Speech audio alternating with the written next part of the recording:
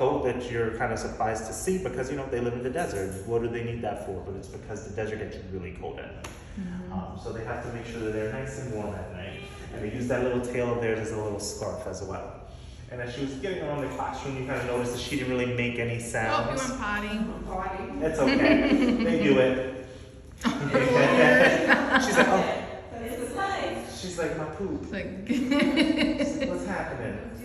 But while she's getting around too, you kind of notice she doesn't make any sounds just because she has fur on the bottom of her feet. So that muffles her footsteps, but also out in the desert, if she is active in the daytime, it's going to protect her from the hot sand. So these guys are also a burrowing species of fox, so they're going to be digging out dens, and they'll live in groups of 10 to 12 out in the wild. So very social. She's like, that's mine. She's like, what are you doing? That's mine. She's like, fine.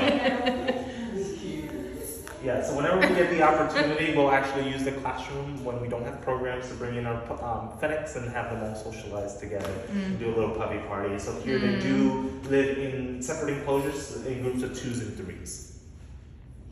So, I don't know if this is a dumb question No. or not. So they don't bury their poop like cats do because... No, they can. We do give them litter boxes here with some sand in it, and half the time they use it, but most of the time they're pooping wherever they go.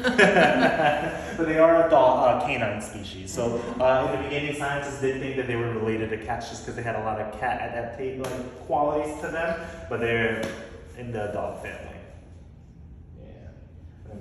Those ears, obviously very good for listening, but they actually cool themselves off using their ears. They have a lot of blood vessels that run through those ears, and they'll just release the heat, and then the cooler blood will circulate and cool them off.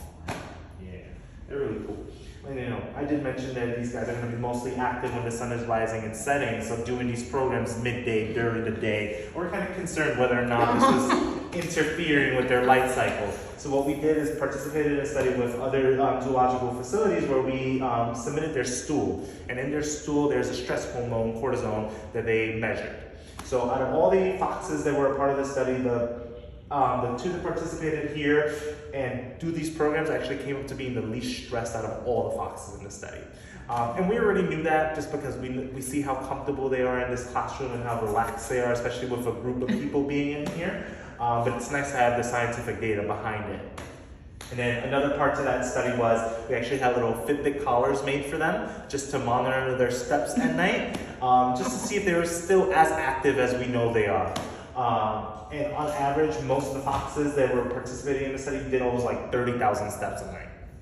Whoa. Yeah, Is that yeah. normal? I mean, you have to take into consideration the Fitbit is made for bipedal people, 2 feet right, walking, right. so it's gonna accumulate a lot because they're moving a lot more.